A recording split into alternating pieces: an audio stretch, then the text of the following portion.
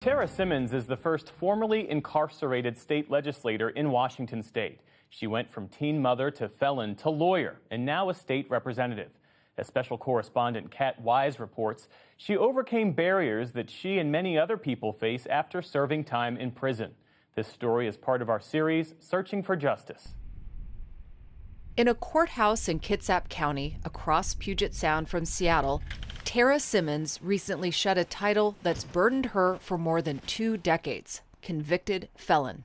I have signed the orders vacating the felony convictions, and so the relief you're seeking, Ms. Simmons, is granted. Congratulations. It's like true liberation. Everything that I do in my life going forward is the opportunities I have are based on my own merit. And I can't wait to have grandbabies so I can volunteer in their schools. All of these things that you couldn't do before. Yes. This is my 2 boys. Today, Simmons is a state representative, a lawyer, mother of 2 adult children, and the founding director of a nonprofit. But her journey to this point was long and difficult. I was exposed to a lot of violence when I was young. I was sexually abused. I grew up in poverty. And by the time I was 13 years old, I was dropped out of school completely. I was homeless. I was trafficked. I ended up pregnant at 14. As a teen mom, Simmons was connected to social services, graduated from high school at 16, and enrolled in community college. She went on to get a nursing degree, but just a couple of years later, Simmons pled guilty to second-degree assault for her involvement in an attack on a man she had been involved with. My first felony conviction was related to meeting a gentleman who sexually assaulted me. And then 3 days later, my friends and family beat him up. And that really, really changed the course of my life. Years later, an injury from a fall led to a prescription for painkillers, which led to a substance use disorder and an addiction to meth. Within 10 months of trying the methamphetamine, I had been arrested 3 times. I had left my family and lived homeless and I completely ruined my entire life. Simmons was eventually charged with 5 felonies, including for theft, drugs, and having a gun in her car. She served 20 months in prison. Incarceration really added another layer of trauma because I already had no self-worth, no self-esteem.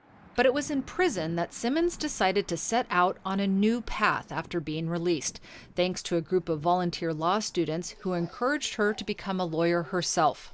I always thought that lawyers were these super elite, like untouchable people, but they reassured me and they said, no, like you can be like us, be like social justice lawyers. And I'm like, what?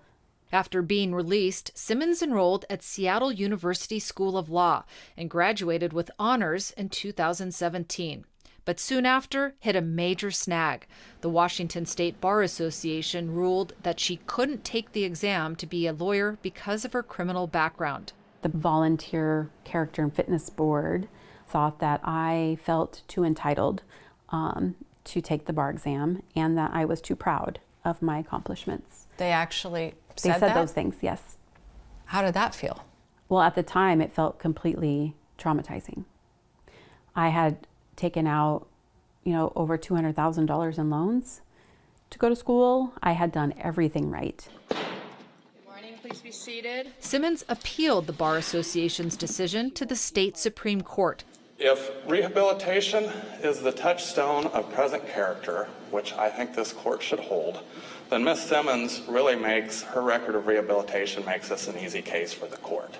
She was represented by Sean Hopwood, himself a formerly incarcerated lawyer. And within hours of hearing the case, the court ruled in her favor. I just started crying. I could not believe it.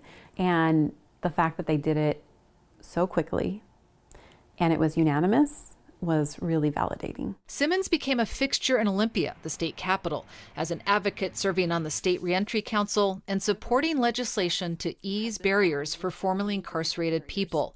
In 2020, she was elected to the state legislature. There always had to be one person that went first to break those ceilings, right? To make it more normal. And so that's why I live my life so transparently, because I feel like I'm normalizing it for other people who don't have to live in shame anymore about their past and can say, yes, I did those things and I've changed. It really matters to have at least one person in the room when you're making decisions who has lived the life. Senator Drew Hansen worked closely with Tara Simmons when she was advocating for the very bill that allowed her to recently vacate her convictions. I want to thank Representative Hansen and Tara Simmons, who's here. They became colleagues in the State House after her victory.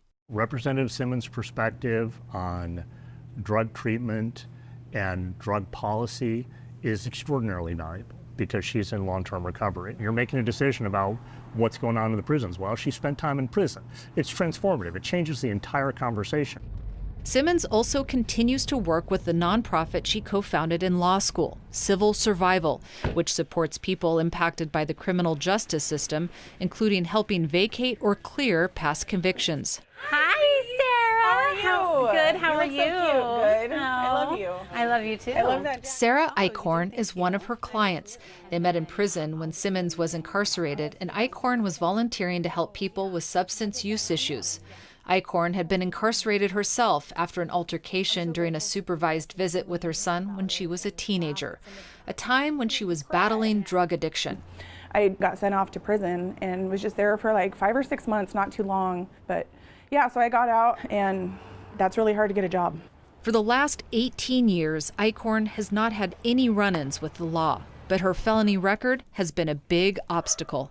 I feel like I have to kind of live on the fringe a little bit still. I would love to not have to explain my worst day ever, my son's worst day ever, to anyone again, you know? I am hopeful that they're going to move it up. Simmons is helping her friend apply for a pardon to erase that record. You know, you make one bad decision, make one mistake, and that does define you. And it's unfortunate because you can make hundreds, thousands, millions of good decisions since then and still be discriminated against to meet your basic human needs. Eichhorn says she's still a bit amazed that she's seen her friend go from prison to law school to the state capitol. I used to think they were all aliens, you know what I mean? Like politicians and stuff, but she really is a normal person, and people don't know what they don't know.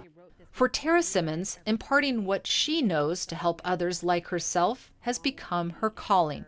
Not everybody's going to get into law and politics like me, or even into advocacy, but I just want people to have the opportunities to do whatever it is that they want to do.